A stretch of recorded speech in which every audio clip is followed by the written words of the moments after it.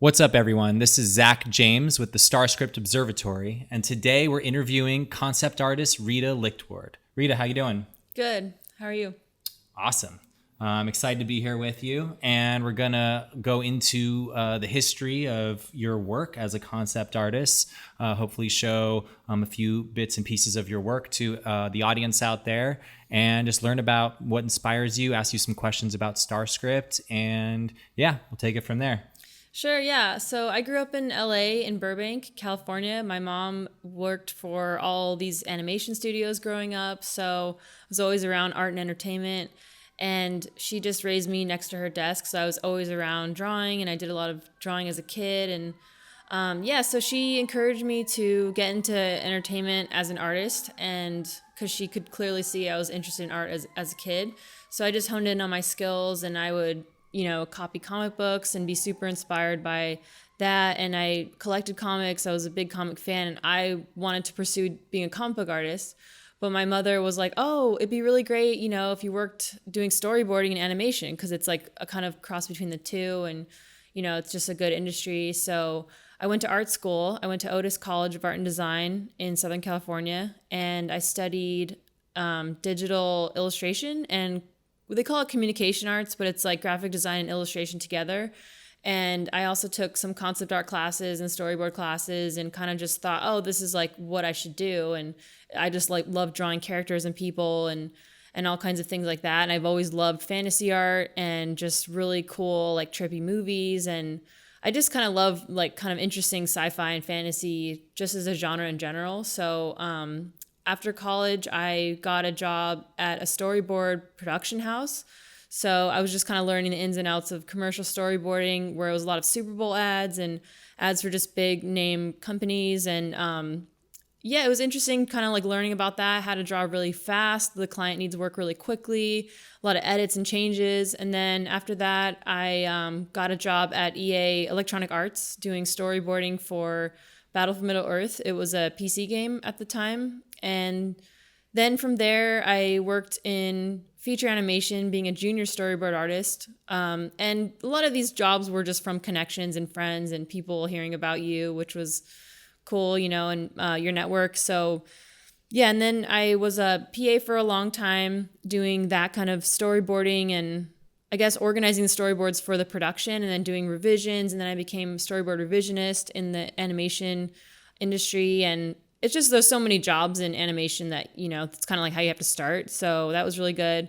And then from there, I was a freelancer for a period of time too, where I did a lot of graphic design and branding and illustration for companies. And that led me to a job at Mattel where I got brought in as an illustrator, and I would work on marketing artwork, on publishing artwork, and the animation, kind of entertainment art too, marketing, different kinds of marketing artwork. So that was really fun, and I learned a lot from that. And I worked on all these different kinds of brands for Mattel as well. I worked on Barbie, Monster High, Polly Pocket, a lot of their stuff. And I ended up rebranding Barbie, giving her a new look in the illustration world. So that would be the consumer products. So if you see kind of anything that's printed on backpacks and merchandise or packaging, I worked on that kind of stuff, and it was really fun. And then from there, I went freelance again, and then I worked for Hasbro and other toy companies doing branding artwork for them, for their commercial, artwork too. And then recently, I've been freelancing for Riot Games doing character design and concept art, which has been great. So yeah, that's kind of what I've been doing lately. But my career is kind of taken different turns in different industries, but all doing similar kind of character illustration and different kinds of illustration. And that's been really fun. So that's been where I've been at the last few years since college. So for those who aren't aware, what is a storyboard artist?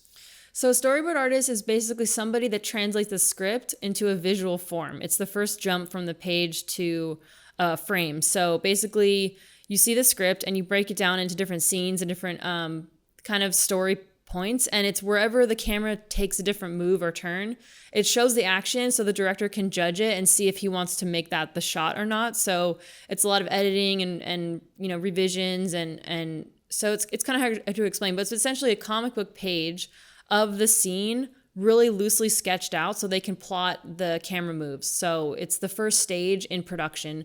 And from there, they usually edit that into be, I forgot what it's called, but they edit it with the music and the sound and actors kind of standing in so they can, a rough layout cut. So they edit that to see if that's where they want to shoot the camera and the actors. So if that makes sense, storyboarding is like a sketch of the scene before it's been shot. Okay, and then do you play any role after they figure out the position and where they have that rough cut? Do you do something beyond that, or is your job done? Well, they might ask for revisions to the scene, so it'll be, whatever the director feels is good for the story flow and the storytelling, to add scenes, bridge scenes, revise scenes. So after they edit and they ask you for revisions, it's kind of after that you're done. So you're either in-house working as a storyboard artist, or you're a freelancer working for commercials or animation. But it's everyone needs storyboarding. So it's kind of like, if you think about commercials or anything shot on film, it's usually plotted out first, whether it's the director writing his own Post-it notes, or if they're doing a big production where they have a team of storyboard artists working on a huge script like a movie. So there might be hundreds or maybe thousands of sketches that go into pre-production, but that's the only part that you're hired for. So any job could last anywhere between like a couple days to a few months. But it's usually just in the pre-production phase only. Okay, cool. And then you were saying that you went on to become an illustrator for one of your other jobs. What does an illustrator do? Because I know that word may be loosely used. Yeah. So illustrator can mean different things. It's usually somebody that creates an image or a graphic piece of art that is used for a purpose. So that's anything in print or in consumer products or in clothing, tapestries. It's basically an image. So an illustrator could be hired to do branding for a company. So if someone says, I want a really cool piece of art for my company to be on our website, so he would hire an illustrator. Otherwise, I want some graphics for my t-shirt company, you would hire an illustrator or graphic designer. And then also usually for entertainment, they have anything that could be created. So maybe even movie posters, where if it's a full-on illustration of a movie poster, or they might ask an artist to take photos of the actors and Photoshop them together into an illustration, which could be the movie poster art and different things. Comic book artists are considered illustrators too, because they draw and paint the image to achieve a certain goal. So that term is loosely used, but yeah, an illustrator is just kind of a generalist who draws and paints images for commercial use. Okay. And then that led you into doing concept art. And so how is concept art different than that? So concept art is essentially the design of an image before it hits the final goal, I would say. So for concept art could be anywhere from environment design for entertainment to vehicle design, prop design, or character design, or world building for anything. And so concept art is essentially you're the designer and not the painter who paints it for the final image. So that term is loosely used too, but in my definition, it just means somebody that designs the character before they get 3D modeled for a video game or for a film or a movie or a product. So concept artists could be for toys as well, where someone says, okay, we have an idea for an elephant, butterfly toy line, and we need to hire a concept artist to come up with what that could look like. Because that could look like hundreds of different looks, and then from there it might be a back and forth process with the company to see if that's in line with what their vision is for the product too.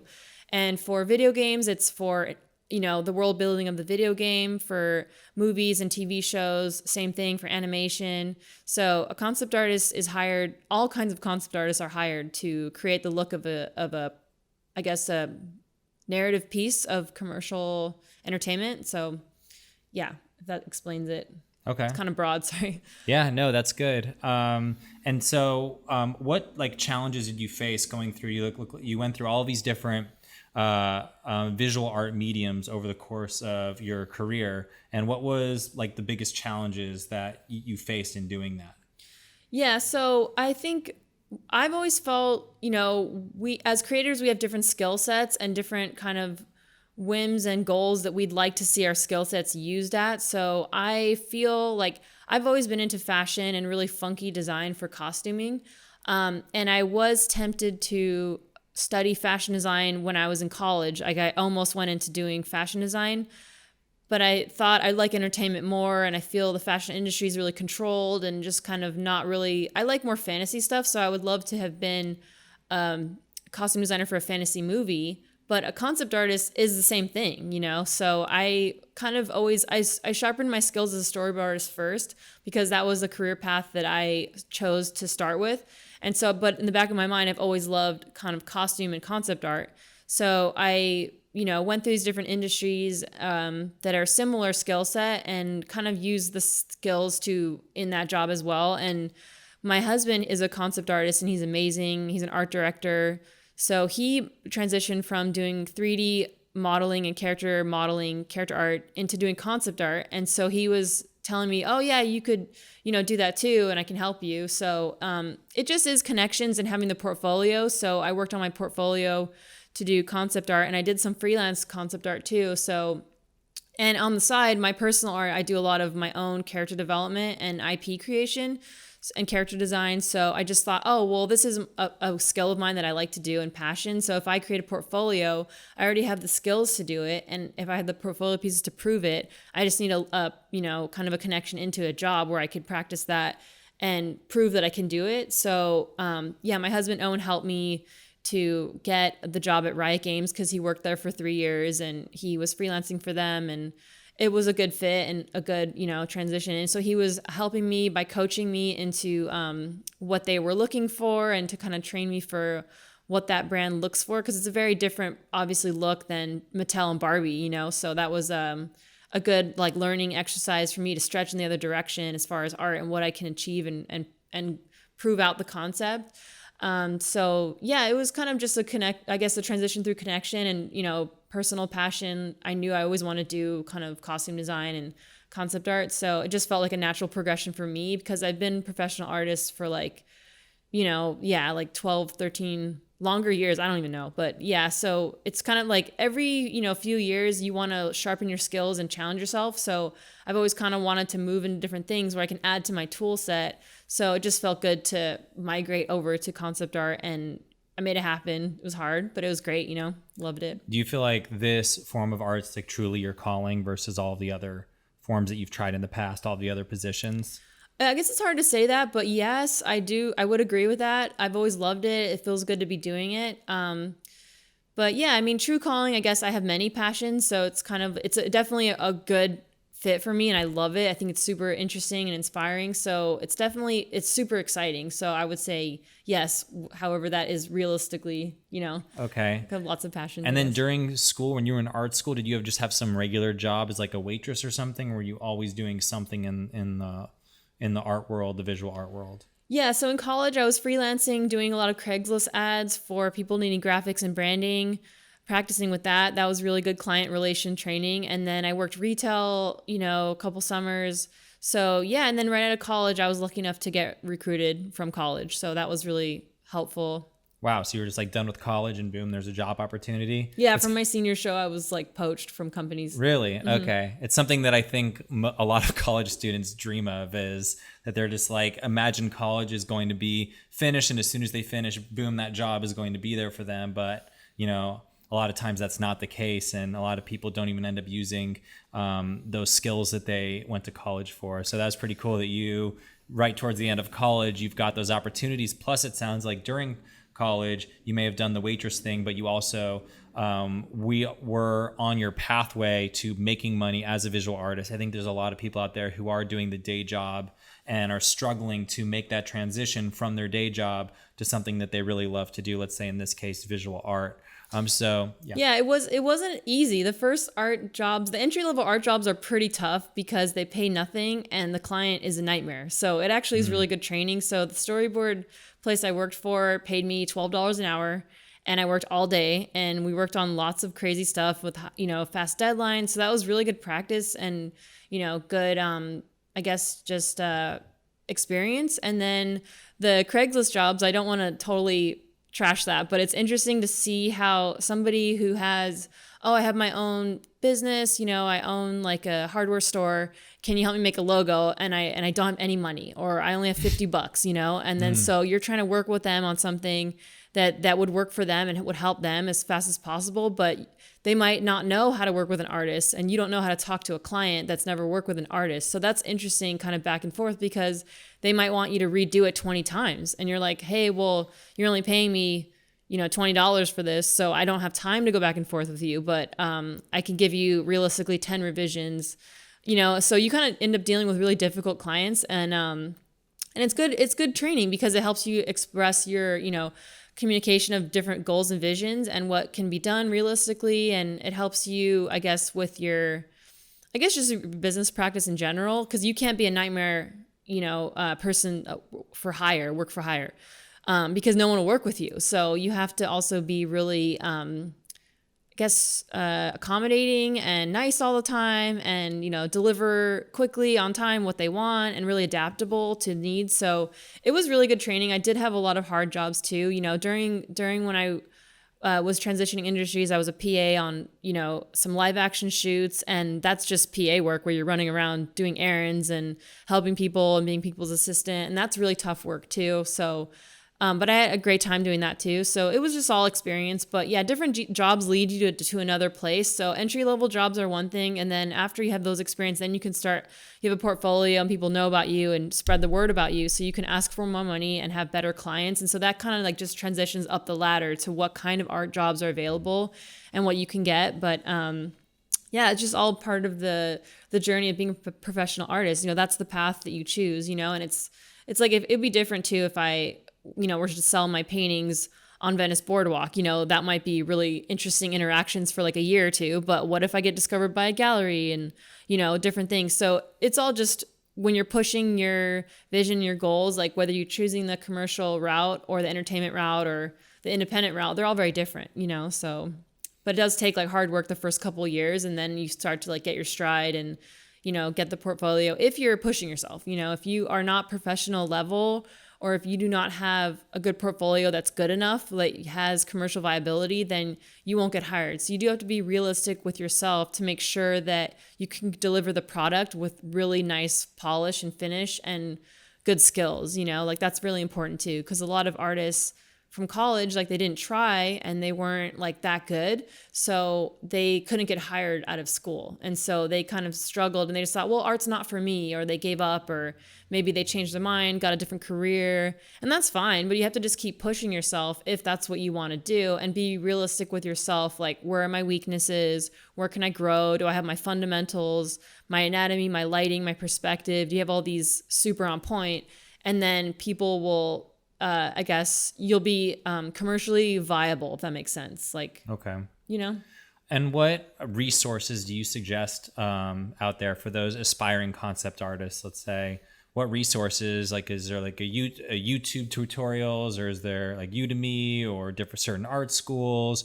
What kind of advice do you give to aspiring concept artists? Like, what resources can you like, I guess, reference them to maybe help them out? Sure. So there's lynda.com, which is a good learning website where you can pay for classes. There's the Animation Academy. They teach classes. There's Schoolism. Bobby Chu has schoolism.com. That's a really great website. He's an amazing concept artist, and him and his wife are both movie artists. Like, they have their own kind of school that you can pay for in the classes, and they do great stuff. And there's a lot of free resources. YouTube, there's a lot of great artists that stream even on Twitch, where they are doing tutorials live and showing. So you can kind of see, they usually explain things really well. But I would say just study, you can get books about anatomy, lighting, color, composition, graphic design. Like, just study all the basics, the fundamentals, if you have discipline on your own to do that yourself. And then, just practice and work on your skills, So I would say there's lots of free, websites too, and okay, yeah, YouTube. Cool. Yeah, I think Lynda is awesome. I think I learned quite a bit of graphic design skills from there, and Udemy is the other one that I like to learn on. Now, so for people out there, and maybe they're business owners, maybe they're working on a script or a story, and they're looking to hire a concept artist, can you go through a little bit about the process and what they can expect, and maybe something that they just don't really understand. They're like, okay, I'm going to talk to this person. They're going to create exactly what I want, and it's going to cost this much. It's going to be over. Can you just go through the whole process, I guess, of concept art, whether it be for a brand or for a movie or a book or a comic book or something like that? Sure. So for comic books, I don't have experience in the comic book industry. For the toy industry, they usually would have a meeting and have a mood board already set up. So they would just say, here's what we're looking to do, and they would explain the vision of the project. And then they would give you a brief of, we're looking for this many assets, drawings or images, single images, to judge for the first round. And usually it's a team process where the artist would go off and do the concepts, come back, have a second meeting about how the first round is going. Is it going in the right direction or not? And it would either be, okay, here's the direction, go for it and render this one out, or back to the drawing board for, more kind of iteration on it. So for an in-house toy company, they would do it all internal, and it would just be meetings upon meetings, different rounds. It might be up to, countless rounds of revisions and input until the image is perfect. And for video game companies, it's the same thing. Either they have in-house storyboard or concept artists, and they would be, working with the team and making sure that they would go off, probably work for a couple of days or one day or half a day, and come back to the meeting with the concept, and that would be talked about thoroughly, or they have freelance artists that work through email, and that's the same thing where, the artist works for a few hours, few days on concepts, and then that just gets sent over to the client, or they have a meeting about it, team meeting, and just it gets discussed and ideas start flowing. So different people collaborate. Maybe the art director says, okay, well, I had a vision that this character had brown hair, and you made the character have red hair. I kind of like that, so maybe we keep that. So the concept artist has a lot of power in putting out their own style with it and making sure it's of the goal of what the assignment is. So the art directors sometimes look to the concept artist to come up with a lot of it, and they might have a loose idea. The writer might have other ideas, and so maybe the director has one idea or something like that. So it would be where everyone kind of collaborates to what the goal is, and is it on target, or seeing if it takes a cool direction, and that can develop too. So it's a long process, but I don't know if that makes sense. So it's a collaborative thing. Right. And I remember we were talking just the other day because you're working on this single cover for Robot Nature. Mm-hmm. And there's initial sketch done, and then you went to more detail. And then, Deepak calls me up and he's like, hey, what do you think about this? I started talking with him and I proposed a change that was pretty significant. And obviously at that point in time, you're like, okay, well, I did all the detail with this. So we basically have to go back to the drawing board, right, to work on these new pieces that you need.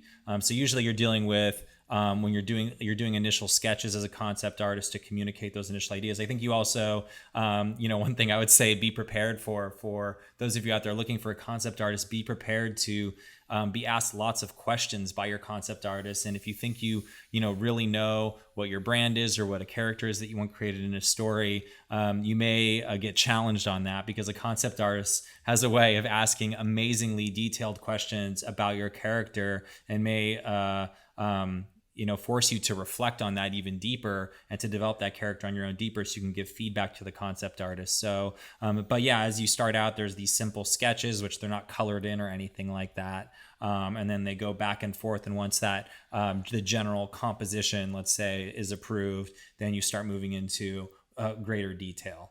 Right. Yeah. So it's a big difference between, I guess, people's visions, right? So, it's hard to talk to people who, I guess, like, they don't know the art process and they can't imagine the finished product, So if someone says like, I can't read sketches, like they just look like scribbles to me. Like, I don't know. It's just I can't picture it, but you're like, well, wait, it will look really cool when I add color and lighting. It'll look awesome. Like, trust me. Right. So it's a kind of an interesting thing because, you're trying to explain to somebody, hey, well, if I draw, it this way, it will come out like this, and you give it. That's why I think a mood board's helpful, because you can kind of see what the vibe would be at the end. Right. So, yeah, it is a difference. So then when you get to black and white stage or, like loose color, some people can't picture things until they're done. And then they see, oh, well, I really like that. But like, I don't really like the background. Like, I totally want to change the background. And you're like,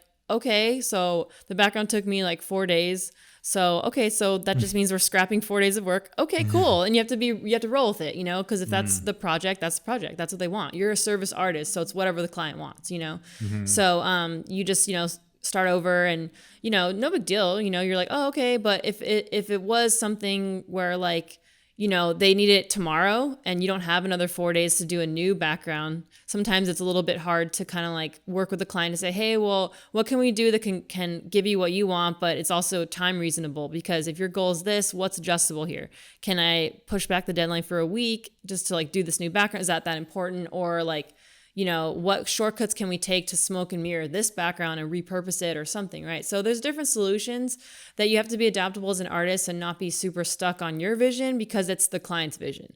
So that's a really good practice too, because what if I fight with my clients and say, no, I'm only going to do it if it's like this? Like, then you're going to be kind of a difficult artist to work with, right? Because then the writer or the, you know, art director might be like, okay, well, they're difficult and they're not doing what we need, so we're not going to pay them, you know? So it's a different thing where, you know, it just depends. You have to be flexible and adaptable. So there's many stages, but sometimes people can't imagine the final stage when it's in the sketch stage. So you have to convince them, you know, or you might say, hey, well, we approve this. So are we going to change our mind and adapt? Okay, cool. You know, and you have to just kind of work with the process of it. But, you know, things can change and flip its head and start over all the time. So you have to be adaptable and not attached and really, I guess, on point with like, can you deliver things fast too? So that's also an issue, because what if an artist takes a month on a picture and you're like, okay, like, you know, that's like, you know, unreasonable for me. My deadline's in 2 weeks. And the artist says, I'm going to charge per hour. So I charge $20 an hour.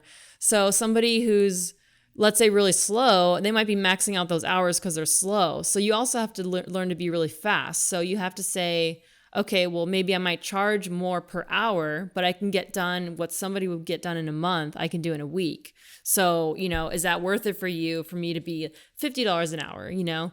And the client might say, oh, no, you're too expensive, you know, so I'm going to go for someone cheaper. But then the quality of work might be really bad. So then they're going to expect it to be awesome, but then only have the budget to pay like a junior person just starting out that might not be as good.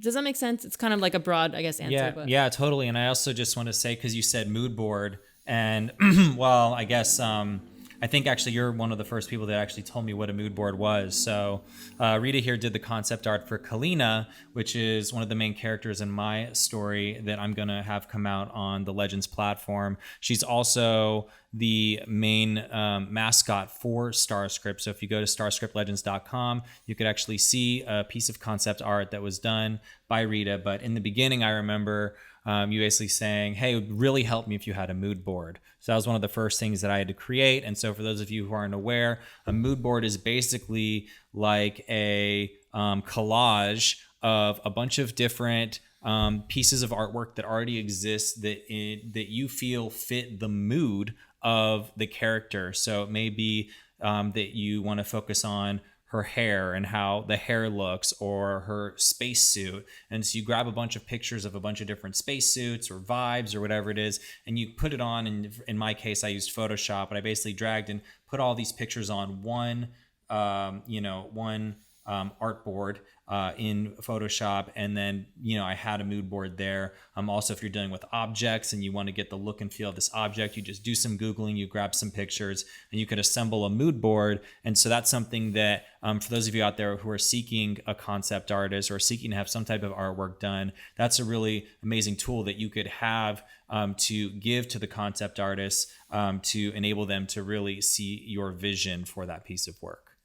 Yeah, and also too, concept artists will create the mood board too if you have no idea what you're looking for. So that's kind of, people rely on the concept artist to help them with the vision and to put the vision together. So they might have a loose idea like, oh, I have a character that's a cool old wizard man, but like I don't want him to have long hair, and I want him to have cool purple hair, but that's it. I don't know what I want him to wear or what time period he's from. So the concept artist might have to kind of imagine put that person together. So maybe they'll come up with the mood board and find some cool images, and it just kind of helps speed the process. So basically, like, if the mood board wasn't created, a concept artist might draw 50 different versions of this kind of a character. And to save time, a mood board might just say, hey, well, I'm really thinking, what's the guy from Lord of the Rings who played the wizard? Gandalf, like someone just might say, oh, Right. Mm-hmm. I was thinking like Gandalf meets, Jerry Seinfeld, and you're like, what? But okay, that's a really like broad, thing. So that kind of narrows the window, if that makes sense. So it kind of just says, okay, well, now I know what you're going for. So I will create, something that brings that together, without having to waste time exploring all the options, so it kind of just basically saves time with, and if someone doesn't want to make a mood board, they don't know what they're looking for, the mood board would help to steer that in a direction. So. Okay, awesome. Can you tell us a little bit about what you're working on right now? Sure. So I'm working for Riot Games on an unannounced project doing concept art, and that's all I can say. All right.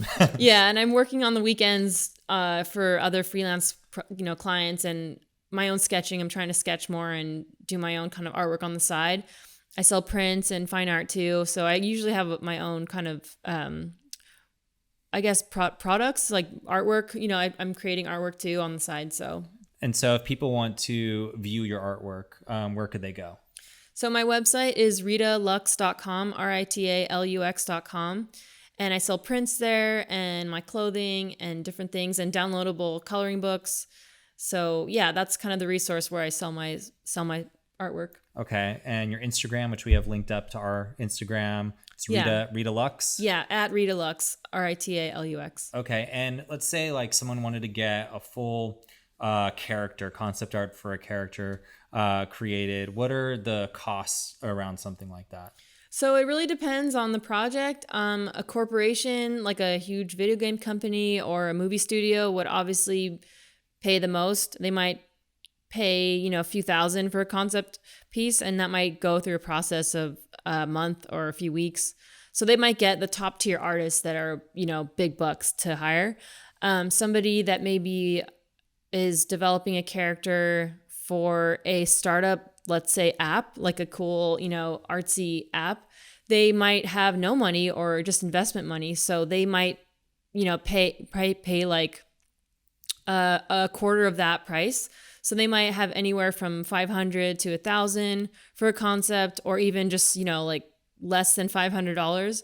So then they would work with artists, who are up and coming, or overseas artists. So overseas artists are always kind of cheaper, and well, it depends. I shouldn't say that. So yeah, it just depends on what the project is. If it's an individual, that can vary too with whatever the person has as a budget. So, it just depends on what the project is and who's hiring. Yeah. Like 500 to 3,000, I guess, if someone's trying to do, like a character or full, like front side, what do they call it? Like a three, or do you do like three poses or something? Yeah, like a front, back, and a side, or a mood piece. So it could be the character in a pose, a cool pose expressing the character's vibe. And sometimes they only really will hire just that piece. So you might not need to do the three sides of a character unless it's being modeled for animation, 3D modeled. Okay. Cool. Awesome. Thanks for that. Okay, so you've got this project that you're working on with Riot Games right now, which you can't say anything about. Do you have any projects that you're working on your own for that's just independent, that maybe you're collaborating with other people? I'm doing Robot Nature's album cover. I worked on their last one and helped to collaborate on a one before that. And let's see, I'm doing concept art for StarScript. Right. And yeah, I'm working on my own artwork too. So I do abstract art and I do my own character design for fun. And I just released my own prints of fairy, elven pinup art, just cool, interesting alien creature babes. So that's and you're LA based, so there's lots of events that you end up going to also. Sometimes you do like live art. Yeah, I do live painting at festivals. I haven't done them this year, but we were working with Desert Hearts for a long time with Dreamscape Gallery. And just, other festivals, live painting with the gallery, and selling my merch, my clothing. So I have a line of women's sportswear that I do really fun, funky abstract prints, and I dye sublimate it on clothing. Okay. What do you think the biggest challenge that aspiring creators face in this day and age? Is it finding work? Is it acquiring the right skills or finding good teachers? What do you think the biggest, is it having the right applications and tools? What do you think the biggest challenges that independent creators face? I feel like people don't know how to entry into the entertainment industry. That's a really tough one. And I feel, it does take networking and having a strong portfolio.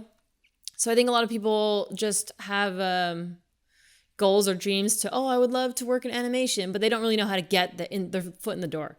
So a lot of people work as interns to get in the studio, and then they meet people, and then they move up in a company really quickly. So that's one method. Another method is, you're hired in for another job or another reason, and you work your way in the company sideways, diagonally. So some people go from marketing people to artists or, copywriters to the company's other kind of creative job. So different companies, are depends on their structure. Otherwise, freelance jobs, you can apply on their company's website, but you might be lost in a pile of 700 applicants. So it's really hard to get your resume noticed if you're applying online to companies. So you can be some of the first few people that apply, or try to reach out to people who work in that company directly. So with LinkedIn, sometimes I target companies I like, and I reach out to people who are working in the department that I would be working in. And I reach out to them and just say, hey, I'm a concept artist. Here's my portfolio, here's my resume, and let me know if you have any available work upcoming in the next, few months. And please keep me in mind. Please and thank you. Write a nice message to them. Keep it personal. Otherwise, you can just cold apply, where you write a cover letter and send your resume and your portfolio to companies. So yeah, different ways. I think networking is the best one though, knowing people who work in the company, which can be hard to find too, because do you meet them at events? Do you, see them at conventions? If you don't live in the entertainment cities where the companies are located, it could be hard to get your foot in the door too. So it just depends. And then you hear also cool stories with DeviantArt. So a cool story with Mattel is Monster High is their biggest brand, and the guys who created Monster High were in-house, and they hired an freelance artist to do the branding. She's really great. And another an artist fan through DeviantArt contacted the guy at Mattel who created Monster High and said, I love Monster High. I'm a huge fan. Here's all my fan art of Monster High. Drew it so perfectly and amazing. He was 21, lived in, I want to say Sweden or something. And he's an amazing artist for Mattel now. The guy loved him and just hired him right away. And it was really cool. So you get lucky too sometimes if you play your cards right and you know who to target. And if you have a great portfolio, you get noticed too, So there's different ways, so. Cool. So good portfolio, rich network, and and outreach as well, just constantly. Yeah, if you're freelancing, you have to market yourself all the time, reach out to companies all the time. Back in the day, illustrators would send companies postcards of their art, magazines and stuff, because editorial illustration was a big thing. Now everything's digital, so you send your email, you send your resume, so you don't want to get lost in their email box. So it's how do you get noticed beyond the inbox too. So yeah, it just depends. Cool. Awesome. So we're going to shift gears a little bit and now go into the subject of StarScript and the Legends story production platform. So I'm just going to give a little overview right here for those of us who are just joining us or who haven't seen the Legends intro video or haven't explored our website very fully yet. So StarScript is a story production and self-publishing company, and the first product that we're focusing on is the Legends story production platform. It's going to start out as a web application that's responsive, eventually be adapted to mobile, and then hopefully eventually become a native app on desktop. And this application is going to be a crowdfunding application specifically focused on digital production, a place where you could find awesome writers, illustrators, composers, concept artists like Rita, and you could hopefully find people to collaborate with, to produce digital productions on, to assemble those productions on the platform, to crowdfund those productions on the platform, and release them on the platform to fans who can then view them through an Amazon, Netflix-like interface. So Legends aims to hopefully, remedy a lot of the different challenges that people face out there. One challenge we've talked about is really just networking. And so we're going to have a network where there's a bunch of fans and different creators that you'll be able to target and reach out to people on there. And hopefully find, there'll just be like a new environment then for creators to collaborate with one another, work together, and connect with. And so there's a couple different features that we're going to have on there. We're going to have the social media feature where everybody's going to be able to create their own profile. We're going to have the story layout builder where you can drag and drop and assemble different digital productions in different ways. We're going to have crowdfunding. We're going to have crowdfunding in a way where multiple creators can get paid from the same production. So rather than just money going to one account and then someone taking that money out and manually paying their team, it just automatically gets distributed and deals are made through smart contracts. And so it makes it to where you as an independent creator can have lots of different revenue streams coming in from all the different projects that you collaborate on. And so my question to you is, what sort of feature, making a platform, and obviously you're somewhat familiar with Legends now, with making a platform that's specifically focused on the story production, bringing that production to market, and then also the experience itself, what kind of features are you interested in seeing? And it could be some that you're already aware of that we're going to have on there. It could be some new ones. What are you thinking? Sure. So on my free time, I love creating IP. So it's a slow burn process where you want to help work on a story or a world or a cartoon with people and design the world. So me as a concept artist, I love designing characters. So I love, working with scripts and working with people and their stories, but I'm not a writer. So I don't really know what the backstory would be of my characters, right? So I just draw them. They come out and they're really fun and I work on them.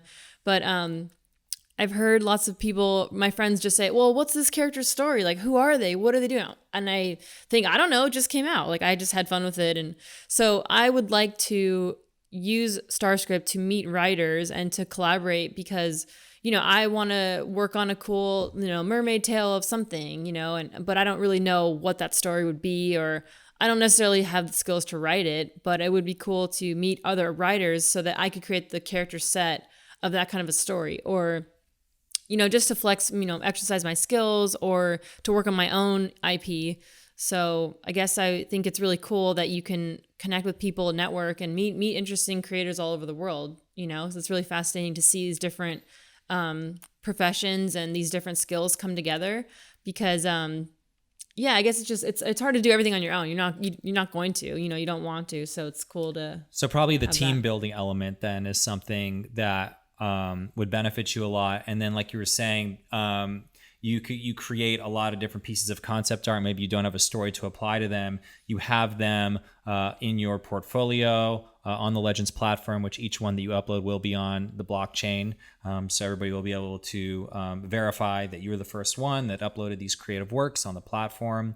And people will be able to search those pieces of concept arts. Let's say they're just looking for, female fairy characters or something like that, and they can look through all these pieces of concept art that have been created and maybe license one of your characters on the platform rather than for you. Maybe they're just sitting in a folder. Maybe you're having to do all this manual outreach to people all the time, and there's no place. And I guess there's Upwork, and I guess there's a couple other places out there, but I think there's no real comprehensive world building ecosystem that exists. You could just say, hey, boom, here's some concept art, some concept characters, some concept objects, maybe some magical objects, magical environments that I've created. And if you'd like to license these for your story, then you can. Or maybe someone will contact you and say, hey, I want to build a story. I want to build a story that's based on artwork that I'm inspired on, that's your artwork. Mm-hmm. And so maybe we could work together. Yeah, it's really exciting to know there's going to be a platform where the art is safe as well, because the internet is a jungle. So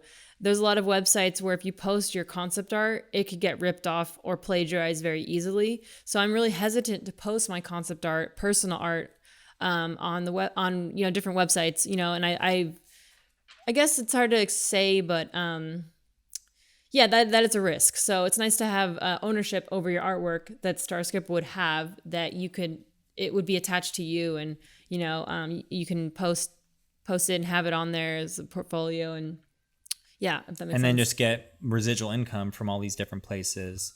Now, another thing that we're going to have on the platform is voting options, and obviously There's going to be a lot of different voting options that will exist depending on how the originators structure the governance settings of their story. They may make it to where the fans or the patrons in this case get to vote on certain production decisions. Maybe it's hiring someone new in the story. Maybe it's choosing people who are already working on the story to do certain tasks. How do you feel right now about the creator fan connection just in storytelling in general? So we're talking about Hollywood now, we're talking about the entertainment industry at large. Do you feel that there's a strong creator fan connection, or do you feel like you're observing more of a disconnection between the creators and the fans? Yeah, the industry's definitely changed in the last like 10, 20 years. I feel like, movies are really out of touch and they're just making what they think are money makers, but they make things that I guess are safe options.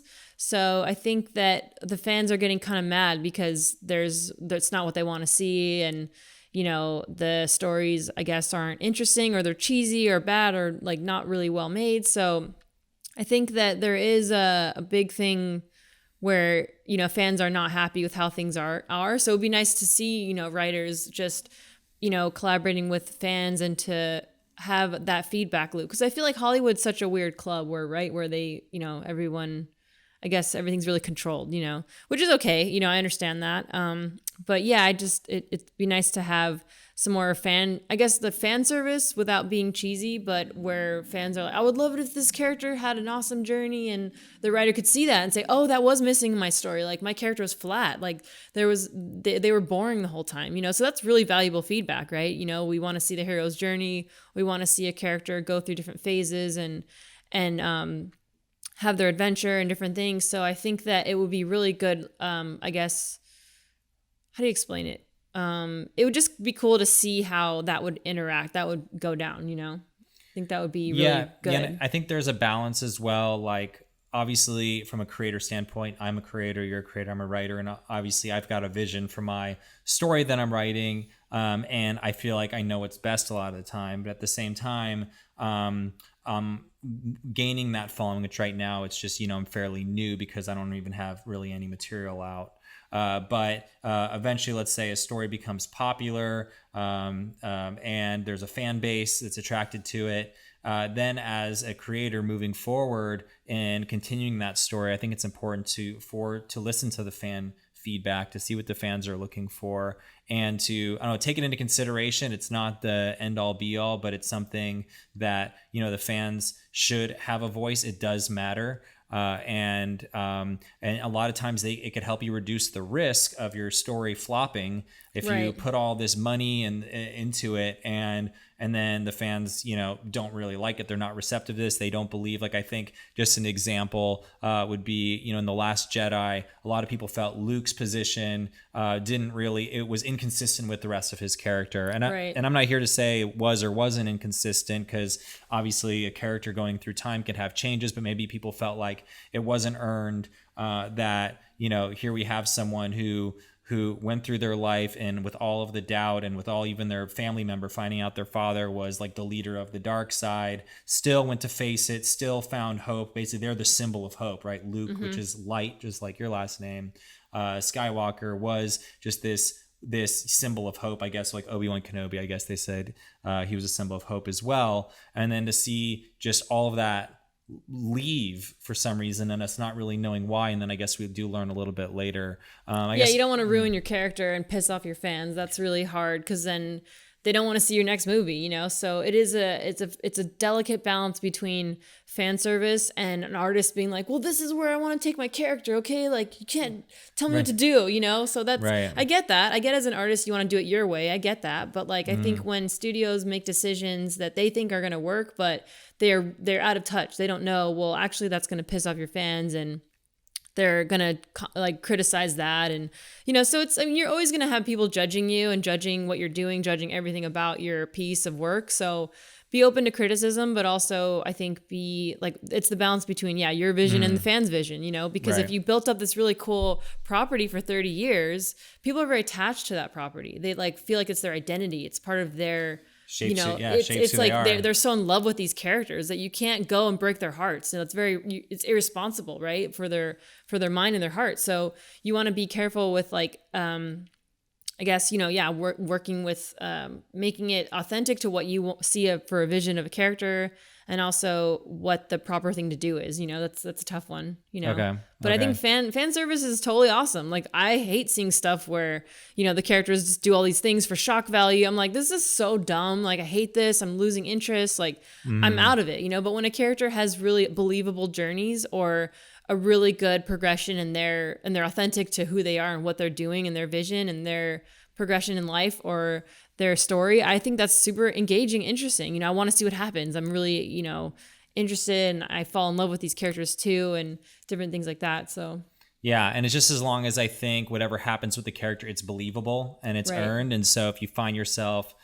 losing, you get distracted. I mean, I think that's the biggest bane of storytelling. It's like the last thing that you want your viewers to experience is they become distracted by like, oh, wait a minute, that's not right. Understand, so I think captivation is what we're seeking, is to captivate our audience into a story. And for me, I think the underlying message of a story is actually to deliver a message. There's a message to deliver within the story.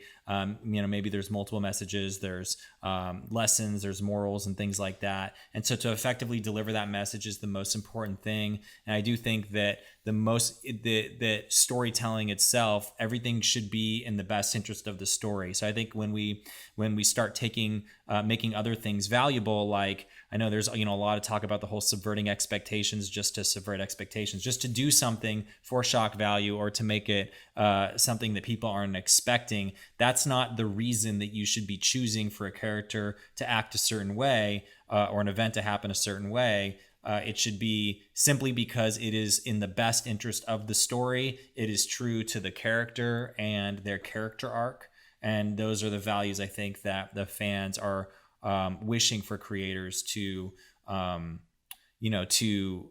stay true to. And yeah, it's really tough because, media and video is such a powerful medium that it goes straight into the subconscious brain, and your brain records it as fact. Because when we were growing up as humans, we told stories to teach other humans lessons. We're vocal creatures. Other animals can't speak, in the I guess richness that we can. So we told stories to explain life lessons, and don't go over there, there's like a wolf in that area, right? So we told stories to help to grow our fellow man.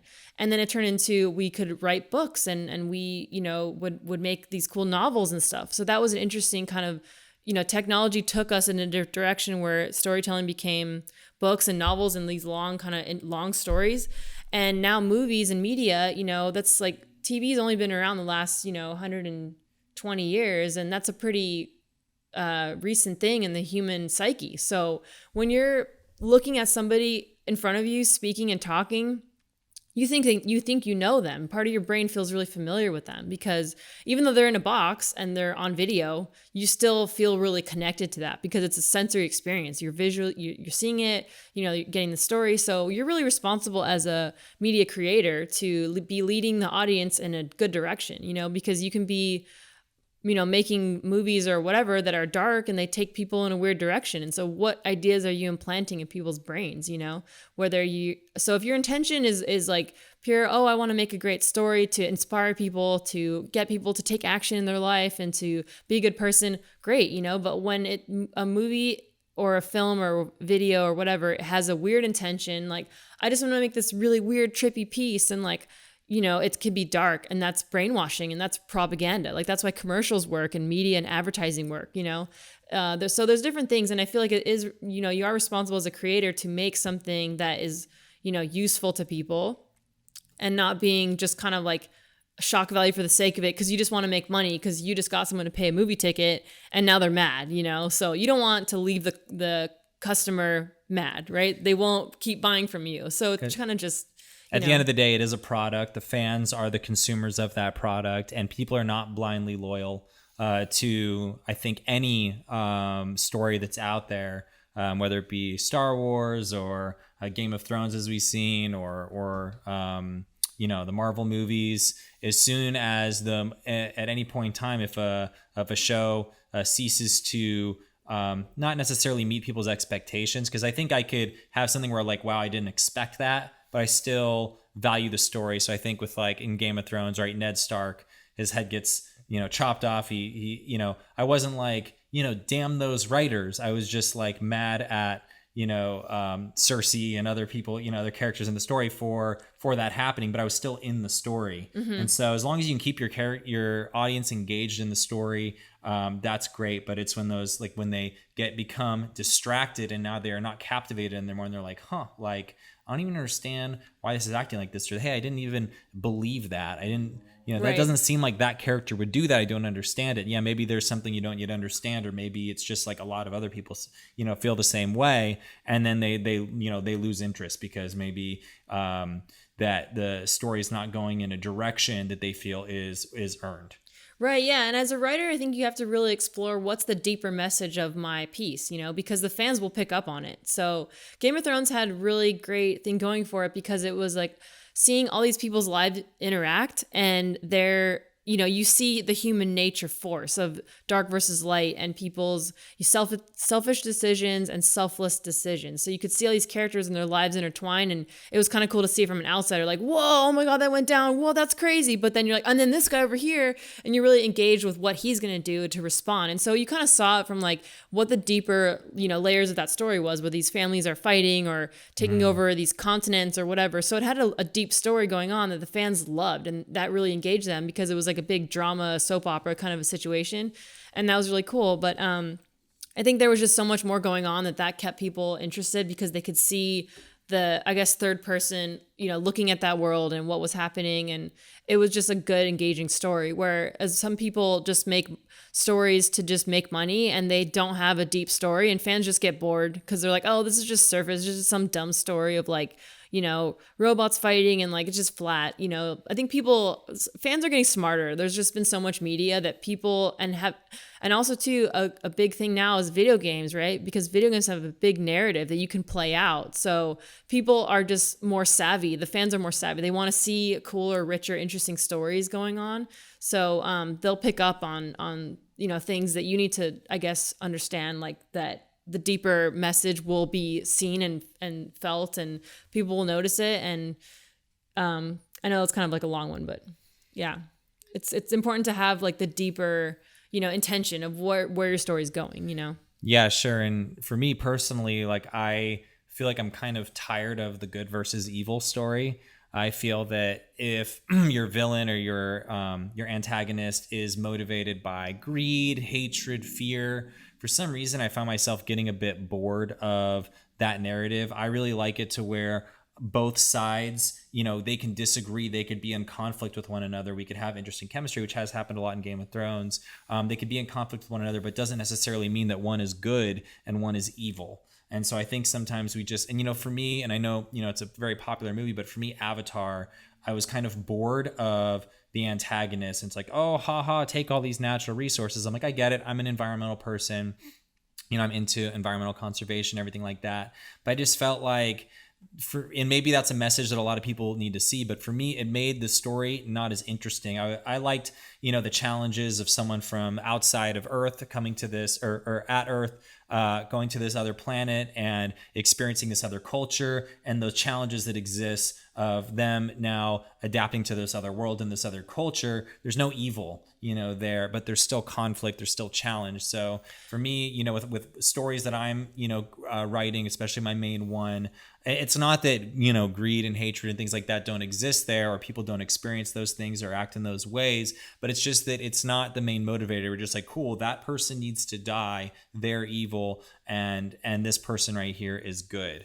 Well, yeah, in reality, that's why those villains are goofies, because we've seen them a million times and they're like so cartoon. And, real life is very different. So, that greed and that evil might be somebody who looks like they're an angel and they have these subtle tactics. So, the good and evil story is always going to happen, but it's just about how do you make these antagonists more realistic or more believable, because, you can't just kill somebody and the problem's over, because guess what? That person probably has a whole team still still working in the underlings or the back, underneath things to push that dark agenda. So it's not just a little, oh, I kill him and the problem's solved. Like that's like, the comic books from the 40s, right? So that's why the superhero genre has to change, because, how do you, I guess, resolve conflict that is not as black and white and as simple as that. That seems like for kids, right? So now we have seen it all. We're like, okay, well, that doesn't make sense. I know how the story's going to end. So we do have to kind of upgrade that, I guess, conflict resolution. But villains, yeah, when they're goofy and kind of just cartoon, you're like, yeah, whatever, he's just stupid. So, but what's another good villain that it totally works, right? Where it's more of a realistic villain. You're like, oh my God, this person is destroying this other person's life.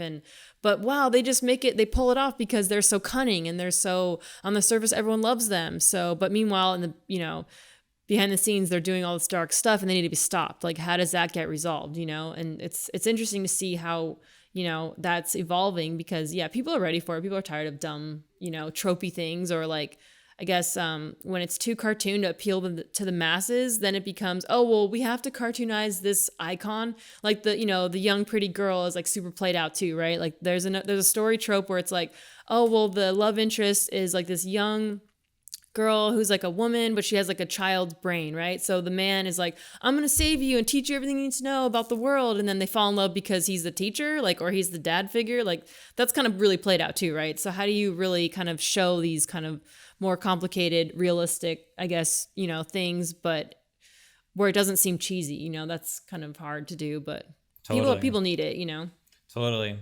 Well, we made it through the full hour. That was awesome. Definitely lots more we could talk about. I could really go into which villains I really like, but maybe we'll just save that for another time. So real quick, one more time, can you just let everybody know, all of our viewers, where they could find your work at? Sure. So my work is at ritalux.com. And also Instagram at Ritalux, which is Ritalux on Instagram.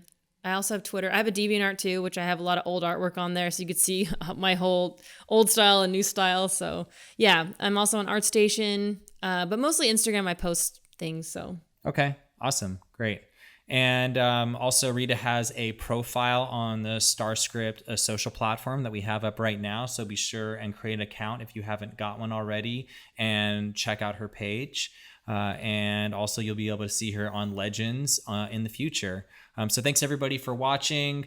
Be sure to check out more interviews like this at starscriptlegends.com. Check us out on Instagram, starscript_LTD. We're pretty much everywhere. Facebook, YouTube. You'll be able to find us one way or the other. Just Google StarScript. All right, everybody. Thanks so much for watching. Thanks. Bye.